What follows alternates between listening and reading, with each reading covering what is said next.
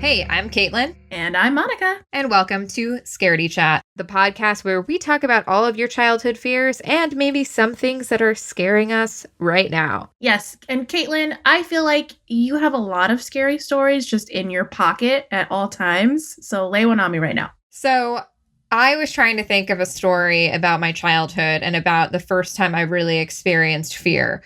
And to me, one of the first times that I really experienced being scared by something was this amusement park that we used to go to when I was a kid. And so I'm from Long Island, New York, if you can't tell from my accent. I actually don't know if I have the accent anymore or if I ever did. I feel like I get mixed reactions. But so basically this amusement park, it's called Adventureland. And Adventureland, apparently, this is what I'm told, and who knows how accurate this is, but if you watch the movie, I think you would believe it, is the amusement park that they based the movie Adventureland on. Really? Wow. One of my high school math teachers was an extra in Adventureland, and it was like the biggest deal. I love that, especially now that we live in LA and like every single person that we know is either an actor or has worked as an extra. Yeah, it's like not. It would have been so cool to me too, though. Like at that time, that would have been so cool. But so Adventureland, I'll tell you about, okay, so Adventureland had this haunted house. And when I first started going to Adventureland, it had just this really cool design out front. So there was like a big tree, and then there was like an owl, and like the tree talked and the owl talked, and they said like spooky things like, "Ooh, don't go into the woods. There's a man that chased after me with a chainsaw." And it just took me until actually right now to realize that that was funny because he was a tree talking. Or something. It was like, then the tree responded to the owl. No, the owl said that. The owl said that. And then the tree was like, chainsaws. I don't like chainsaws. And I just realized it's because he's a tree and they chop down trees with chainsaws. And it took me until literally right now. But for that literally tree years. was worried about being obliterated. The tree was about to be murdered. I mean, basically, yeah, basically that was super spooky. And so I would always, I'd be on the line for this ride. And then every single time I got on the ride, it was like a little cart, it was on a track. My eyes were shut, Monica, like from the second we entered to like as soon as I could see light again. Tight, like close tight. Yeah. And so I had not for the longest time known what actually was inside of that haunted house. And I had all these expectations. Like I heard sound. It was basically like you moved through and you saw like, a little scene, and then you moved through and you saw a little scene. And I had been on other rides, I guess. I had gone to Disney World at that time. So I'd been on like their haunted mansion. And I think I kept my eyes open, but for whatever reason, this like janky, no offense, Mr. and Mrs. Adventureland, who clearly own this independent theme park on Long Island, I just thought it must be so scary. And it took me until I was in like, honestly, like the 5th grade to open my eyes. And when I opened my eyes, Monica, you were disappointed.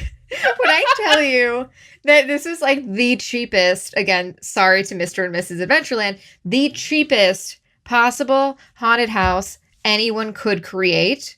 Oh, like no. It was like literally, Monica, like the decorations that we had for like the haunted house, not the haunted house, the like Halloween parties were better than the setup inside of this haunted house. And then years later, I went back and it had gotten worse because I think what happened was they must have had to replace things, right? So they must have had to replace the animatronics and everything. So instead of having it all be like cohesively themed, the replacement parts for this haunted house were deranged. Like it would be like outside was like an Egyptian scene, and then it would be like the woods, and then it would be like an old-timey like pirate like guy, then it would be like a big dragon, and none of it made any goddamn sense. So and they clearly like went to a bunch of like other amusement parks that had closed down. They went to their like liquidation sales and just bought random things. Exactly, but it terrified me so much. So that was like my experience with the haunted house. So that was the last time I think I had gone to like a cheap carnival haunted house. But I have to just say, so Ian and I went to Paris a couple of years ago, and we went to this carnival that they had like kind of by, I don't know, by some the Louvre. It was kind of by the Louvre because we walked from the Louvre and we're like stumbled upon a carnival, and there was a haunted house inside the carnival that was on Ooh, the track. a French haunted house. It was a French haunted house. So I was expecting the same haunted house that I had in Adventureland, you know, cheap, silly, you know, but like we're in Paris. Exactly. Monica. So the haunted house itself was exactly like that.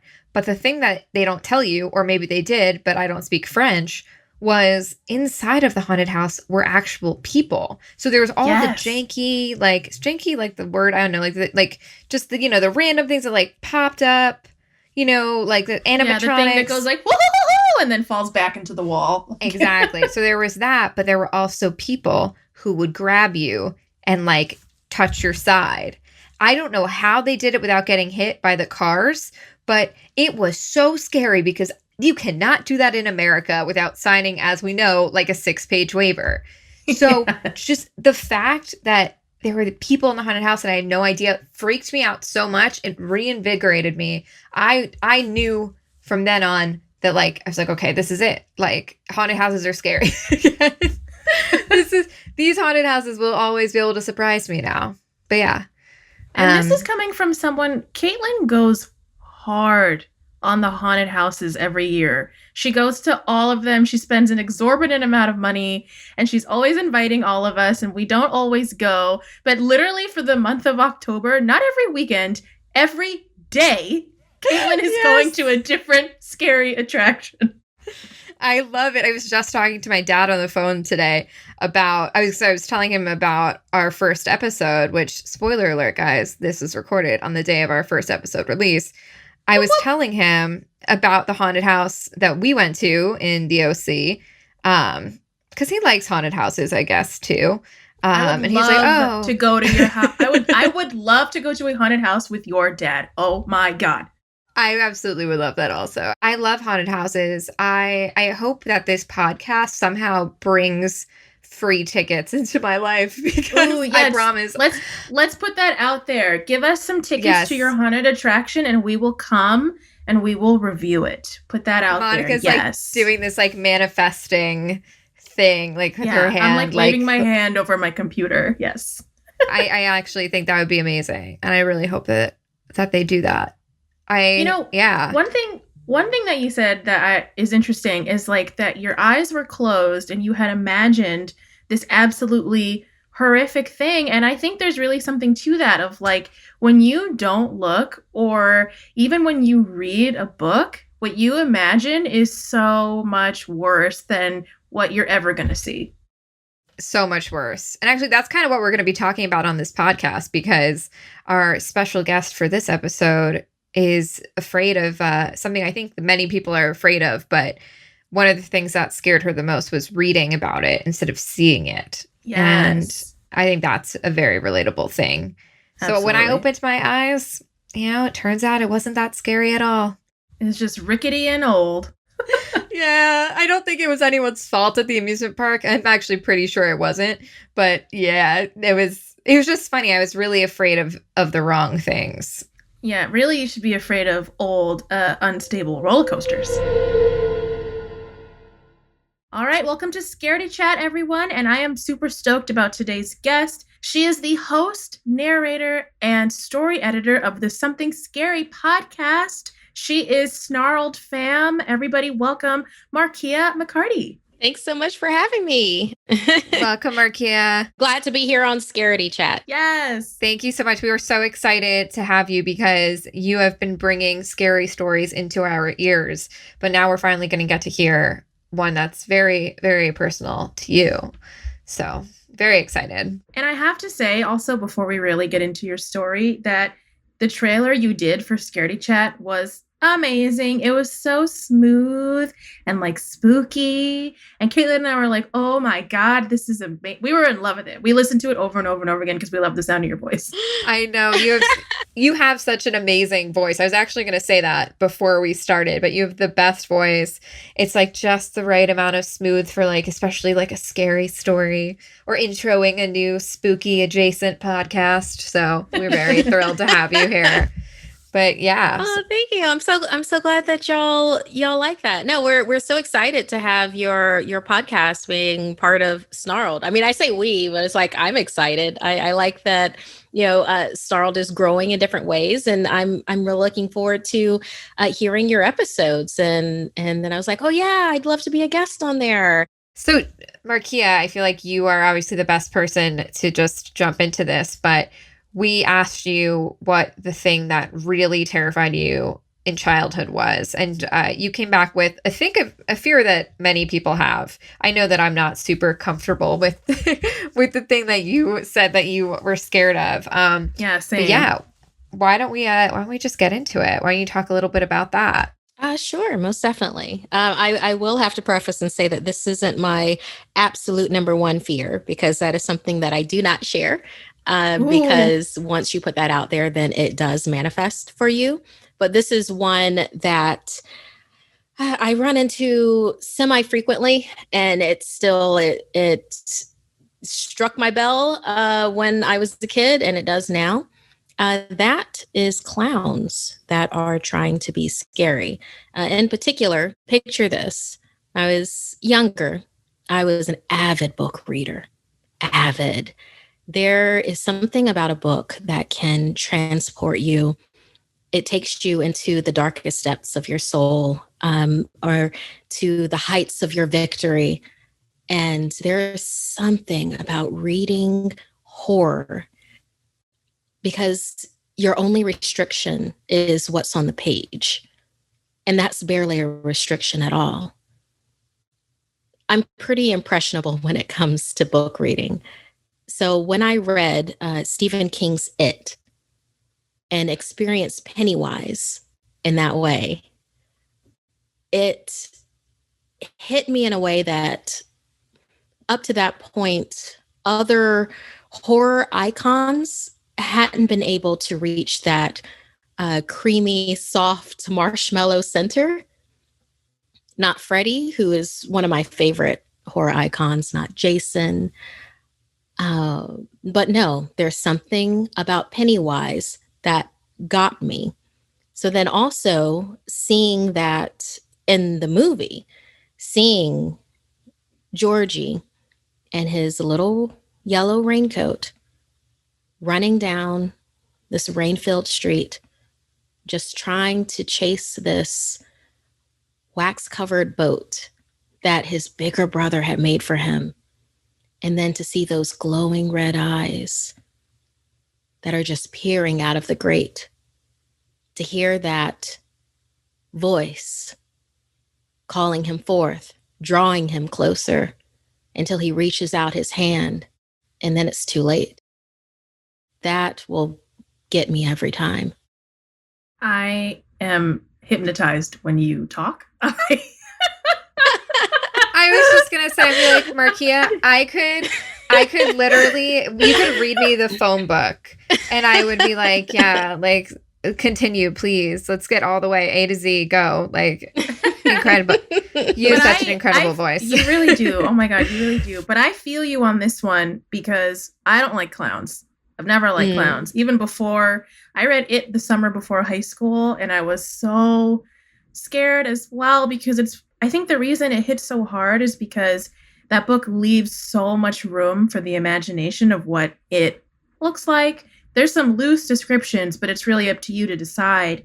And like Kaitlin and I were saying a little bit earlier, you can imagine what you imagine is always going to be infinitely worse than what someone else could create visibly. So like if you were to watch a movie, that's what it is. But if you're reading something, you can create the scariest version of it in your own head.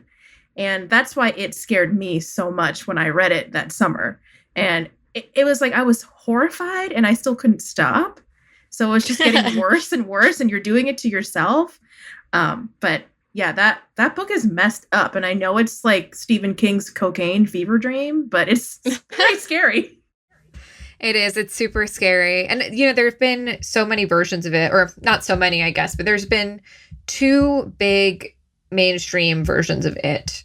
There's the miniseries with Tim Curry as Pennywise, and then there's Bill Skarsgård as Pennywise in the two films that came out a couple of years ago. I'm curious if you read the book before you had seen the miniseries or the films, and was it scarier than you thought it would be, or was it not as scary as you thought it would be? What was the difference, I guess, for you? Well, there's having a nightmare in your own head, and then there's seeing someone else's version of your nightmare.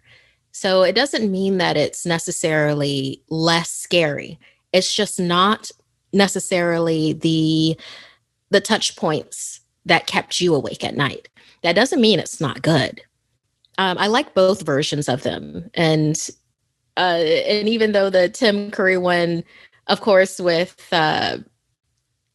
technology being what it was then compared to now, you can't watch it and expect for it to be the same as the actual it that you can see with volume 1 and volume 2. However, that being said, Tim Curry is an amazing Pennywise. Yes. Literally that scene with him under the bleachers with the child coming towards him. It's that, because everybody knows how quiet it can be under the bleachers when you're at a football game.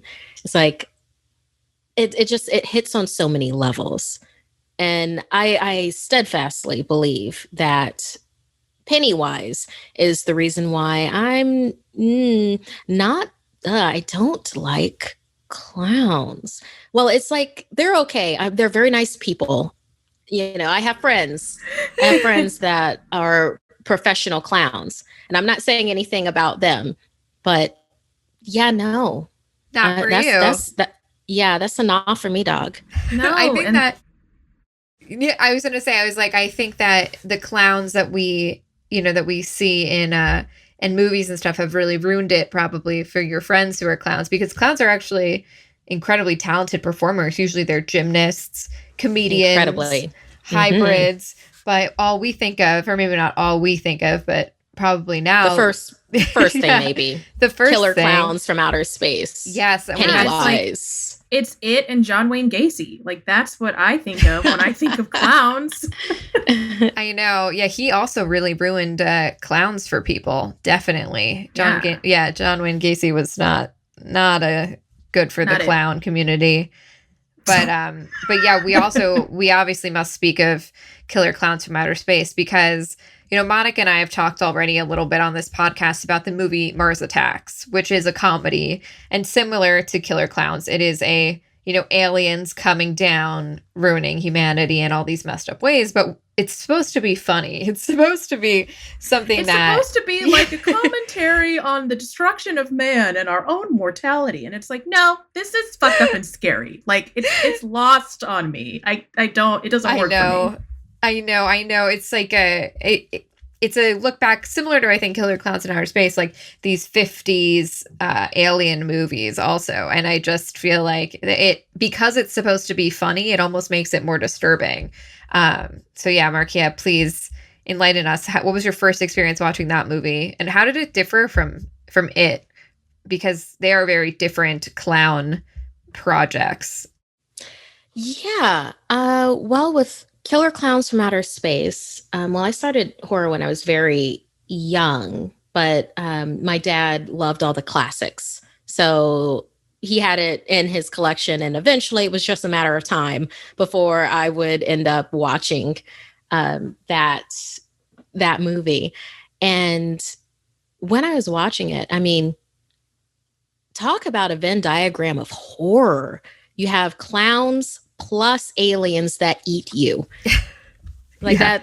That's that right there. In particular, the scene that really got to me was that they literally were making people into cotton candy and then eating them And I love cotton candy. It's all sugar. Oh, no. Who wouldn't love it? It's Don't the ruin that best for you. food. Oh my God. Yeah, I hate that. I hate that so much. You sent that over email and I thought about it and I was like, I never want to think about this again. What a messed up form of cannibalism. And someone one of the ways thought that that was hilarious. Oh, I'm sure. And way that it differed for me was because, well, with Pennywise, at least he looked normal until he no longer did. While with the killer clowns, they were horrific from the get-go, and then it got worse. So there was no release valve, like no pressure valve release when it came to killer clowns. It was just always in your face. Gonna get you, we're here, kind of a thing. So it's like, no, thank you. Do you ever watch the Twilight Zone episode? I believe it's called To Serve Man. So I remember that one. Yeah. So basically, for our listeners, the premise is there's this man, he lands on an alien planet, I believe, and there are these little aliens. I think this is it, unless I'm conflating two of them. There's these little aliens. And he's like, oh, I'm their leader, I'm their master. They have this book that says that he ends up translating, or somebody translates, and it says to serve man. So he thinks, oh, I'm their god, basically. They're going to serve me. And then at the end, it's revealed that it's a cookbook. And it's like they're going to eat him. And that's like the whole premise. And I always think of that. I'm like, yeah, no, aliens eating people. There's a Goosebumps episode about that takes place on Halloween. And that is by far, to me, I think the scariest episode of Goosebumps. So I feel like it's like cannibalism is a huge taboo, right? We're not okay with that in most societies. But people still want to talk about it and write about it. So they're like, let's just make it aliens that are eating people, because then it's not us. And we can do all the weird people eating people shit we want to do, but it's not people. It's aliens. So it's okay. I kind of see it as it's a power status thing. We've gotten extremely comfortable with being at what we consider the top of the food chain, and of course that's very flawed and very subjective also for us to consider ourselves at the top of it when any number of things can kill us at any time and eat us. But let's say for the sake of argument, we're at the top of the food chain. It's so interesting that so many of our alien movies either end up with aliens coming to colonize us, like we have done throughout history to other people or have had done to us, or it's they've come to steal our resources, which we have done or have had other people do to us, or it's literally having to be food for something else that's more powerful than us. And however way that it is. And that can be like Jurassic World with like the little dinosaurs that overpower you. Or it can be something bigger. It can be Alien with face huggers, and things bursting out of your chest as you're just trying to enjoy, your noodles with your friends. So yeah, I mean, that's one of the reasons why I keep on saying horror is life. Because it is literally our deepest fears, our social commentary. And then depending on the decade that you look at it, whatever the genre is, this is why I love zombie movies. Like whatever the genre is, it speaks to the social commentary and to our zeitgeist fears so eloquently. Or, it's just a slasher B movie, but it's still fun. But I totally feel you on zombies. Like, zombies are a metaphor for capitalism, right? And consumerism and just overpowering and taking and taking and taking. And that one makes sense to me. I do not fully support clowns being used as a metaphor because they're whatever just so scary. The metaphor is, it's not worth it. I do wonder, I feel like there is something, I don't know if it's necessarily a metaphor about anything in particular, but just the idea that clowns being evil, it's like the ultimate corruption because clowns are supposed to make you laugh. And sometimes I guess clowns can have like maybe a meaner sense of humor. Maybe, they spray you with water and you look at their flower pin and it sprays you with water. But in that case, when you're at the circus or something, wherever clowns may roam, you are supposed to feel safe because you chose to go there. You don't usually see clowns on the street most of the time. And you're supposed to feel safe. And then it's like a corruption of kind of innocence, this thing. Like, and also they're just so creepy. They're so creepy. I mean, I think that's why it's a common fear. It's a phobia. Like coulrophobia is fear of clowns. Like it's a very common fear that a lot of people share. Can you talk a little bit about like obviously now it's a huge part of your life, making people scared with your voice on the podcast. But can you talk about how you kind of originated in this genre that now you love so much? Yeah, I was a military brat. So, and that means that my mom was in the Navy, and me and my dad, and then later my little brother, traveled with her around the world. So I spent a lot of my childhood and teenage years like on different military bases. And with that, you basically had to take America with you, or whatever was in the exchange or the commissary. That's like the grocery store or the main store to shop in, which was the exchange. Whatever was there was what you had access to. It was literally you connected with people just to get more stuff to be able to consume, which is one of the reasons why I became such a huge nerd of many different kinds of genres. And like with horror, my dad is a huge horror fan. Like I have not found the limit to what he enjoys horror wise, but my mom hates it. Oh, like, wow. That's completely surprising. Like she can't even take suspenseful music. She's like, something's about to happen. Nope, I'm out. Oh, no. How does she do with you hosting a scary podcast? She likes to tune into the live streams that we have once a month, and she stops as soon as I go into the first story. So she's supporting you though, which is good.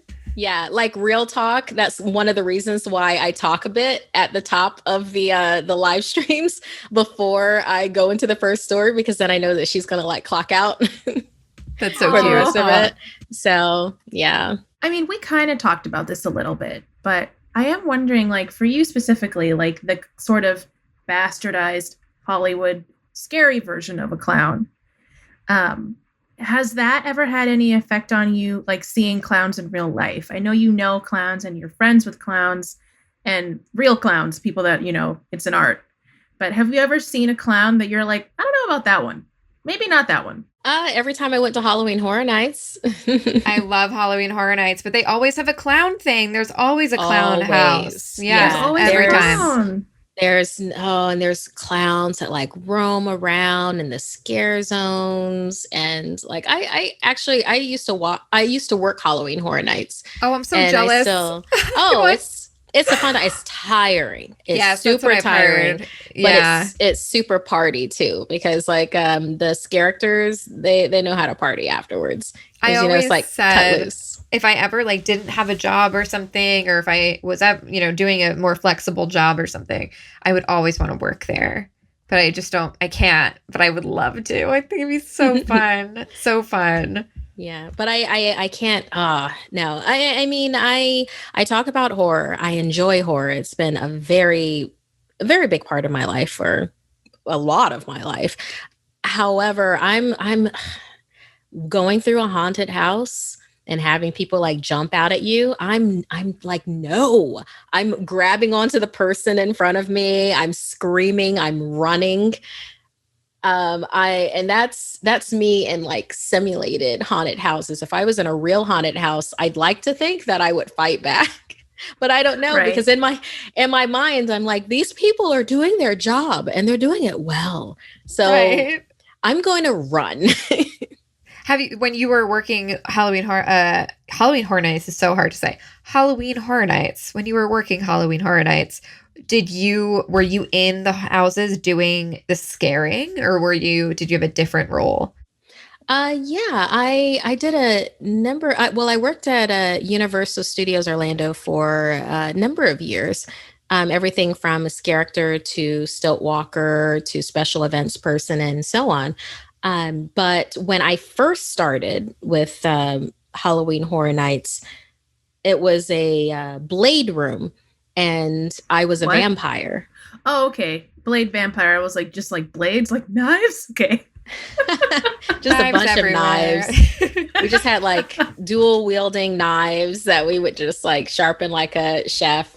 No, That's it what I was like envisioned. yeah, it was vampire, you know, like the rave room. So we had that, and I was a vampire, and I really enjoyed being on the other end of it. I Being can on the other imagine. side. Yeah.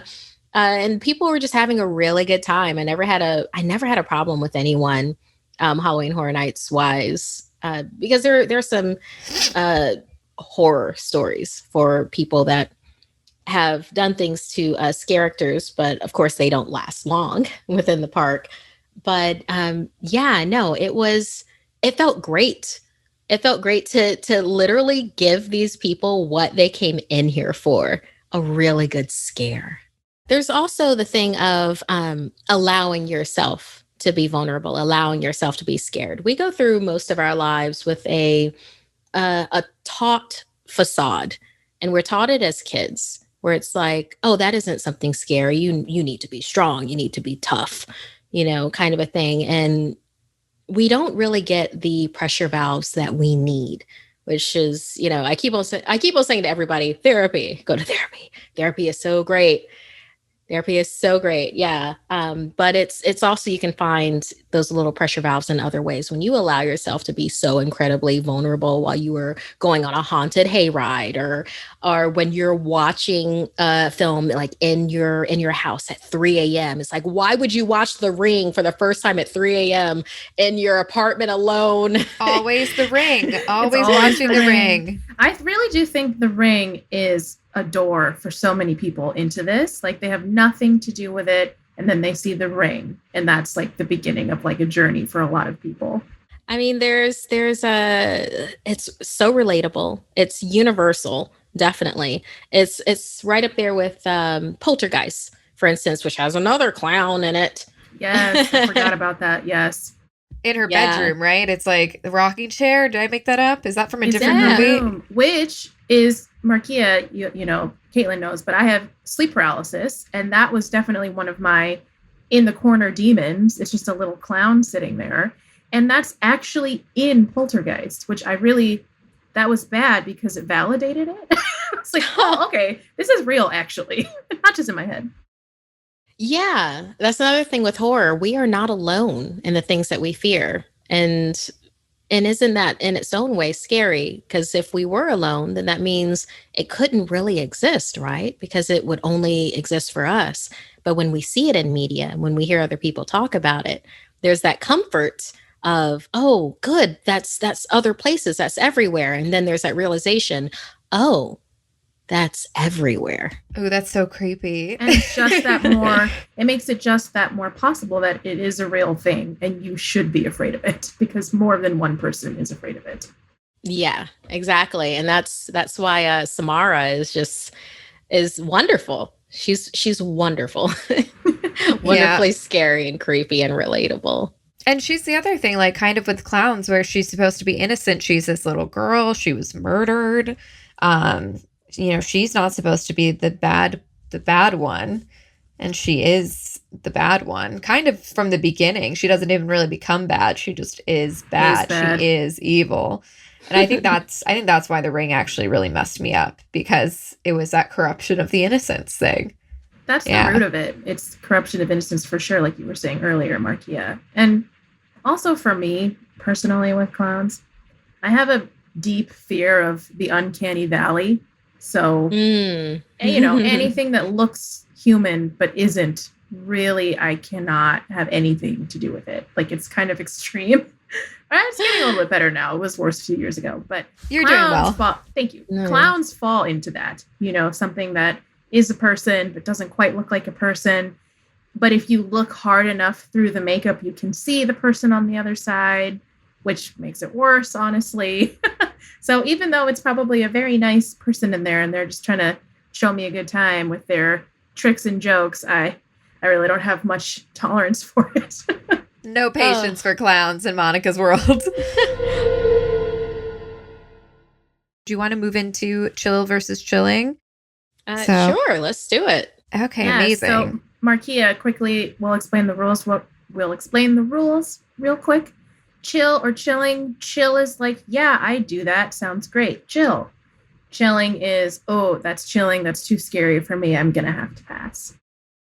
Okay. Got it. Okay, so I assume you're familiar with this, but if not, holding the Annabelle doll from The Conjuring, but not the one from the Conjuring movies that you have. No. The real one. No. The Raggedy Ann. No. Good. That's smart. She said no. She said no real quick. Yeah, that's a big old no. I've run into like displays of like the Annabelle, and other people are like, "Ooh," you're pressing their face to the glass. We're like, "Oh, I wish we could touch her." And I'm like, I'm on the other side of the hallway. Like, why? What are you clinging to the wall on the other side of the hallway? Like, let's not making eye contact with the doll, walking on the other side.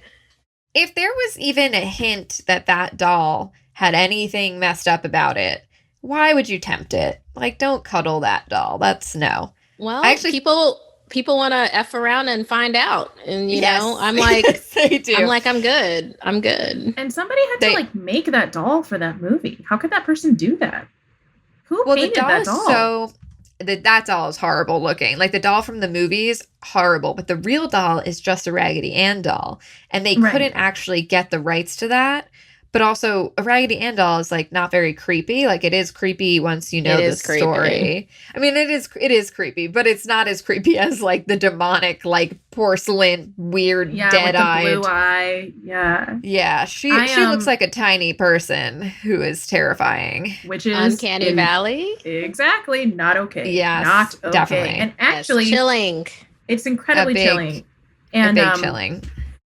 Well, thank you so much, Markeia. You are a lovely presence, a spooky presence, and it's been great to chat with you today.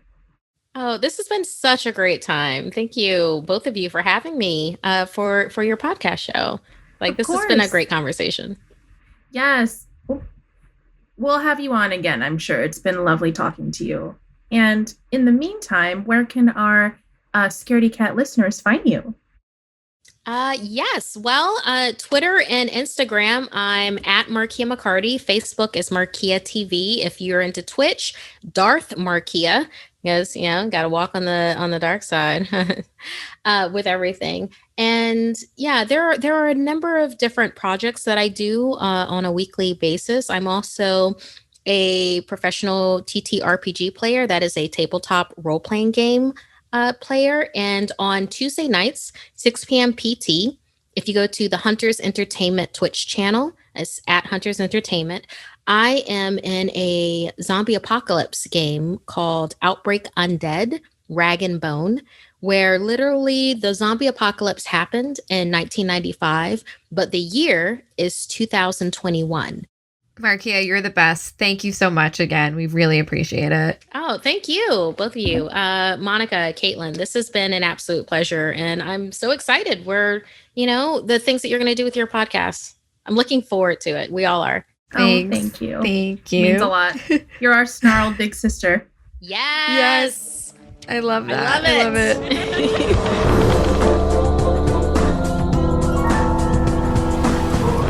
Scaredy Chat was developed and hosted by Kaitlin Riley and Monica Moore-Suriagi. Produced by Jeff Swimmer. Editing and sound design by Fitz Harris. Theme music by Eric Fashingbauer with samples by Jeff Zahn and Jack Lenz. And Gail Gilman is the executive producer.